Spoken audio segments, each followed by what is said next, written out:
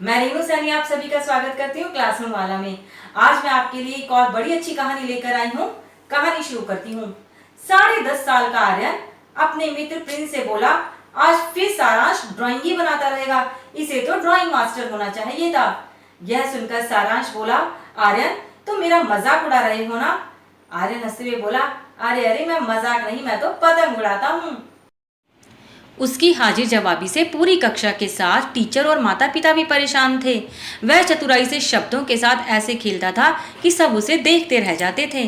एक दिन आर्यन अपनी माँ के साथ बाजार जा रहा था। बाजार में पड़ोसन मिल गई। उसे देखते ही आभा बोली, रीमा तुम किस गम में डूबी हो, चेहरा क्यों उतरा है? इस पर आर्यन हैरानी से पड़ोसन की ओर देखने लगा। आर्यन को अपनी ओर ताकते देख रीमा बोली, क्या हुआ बेटा, तुम मुझे हैरानी से क्यों देख रहे हो? आर्यन बोला, आंटी मम्मी कह रही हैं कि आप गम में डूबी हैं, पर मुझे तो आपके आसपास जरा भी गम नजर नहीं आ रही। उसकी इस बात पर रीमा खिलखिलाकर हंस पड़ी। रीमा के जाते ही आर्यन बोला, मम्मा मैंने कुछ गलत तो नहीं कहा, भला आंटी गम में कहाँ डूबी थी?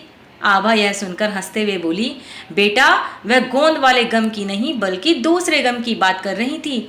जब कोई परेशान होता है तो उसे गम में डूबना कहते हैं।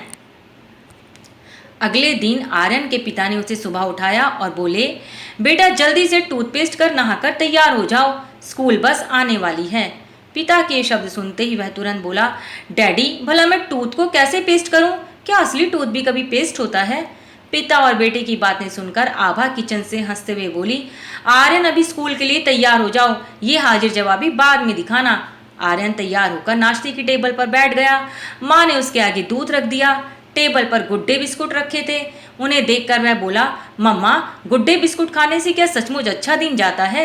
आभा बोली, बेटा हर दिन अच्छा ही होता है, बस तुम मुस्कुराकर अच्छे मन से काम करो।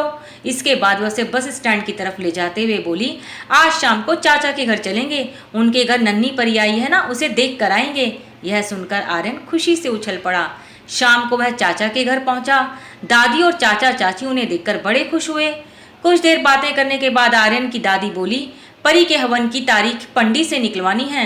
इस पर आर्यन बोला, दादी हवन क्या होता है?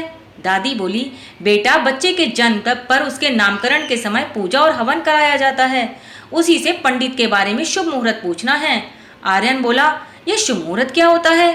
दादी बोली, बेटा शुभ मुहूर्त यानी अच्छा दिन, अर्थात हवन के लिए कौन सा दिन शुभ होगा। यह सुनते ही आर्यन तपाक से बोला, दादी दादी क्या परी भी यहाँ पर मुहूर्त देख कर आई है? यह सुनकर घर के सभी सदस्य आर्यन की ओर देखने लगे और दादी हैरान सी सोच में डूब गईं कि वाकई आर्यन सही तो कह रहा है। जब जन्म और मौत का कोई मुहूर्त नहीं होता तो फिर किसी शुभ काम के लिए हम क्यों शुभ समय का इंतजार करते हैं? इसके बाद वह स्वयं ही परी के हवन के लिए दिन निर्धारित करने लगी और बोली, रविवार को ही नामकरण का दिन रखते हैं, क्योंकि उस दिन सबकी छुट्टी होगी और काम भी आराम से हो जाएगा। अंधविश्वासी दादी को यह कहते देखकर आभा रमन और चाचा चाची एक दूसरे की ओर देखकर मुस्कुराने लगे। यह अवश्य बताइएगा कि कहानी आपको कैसी लगी।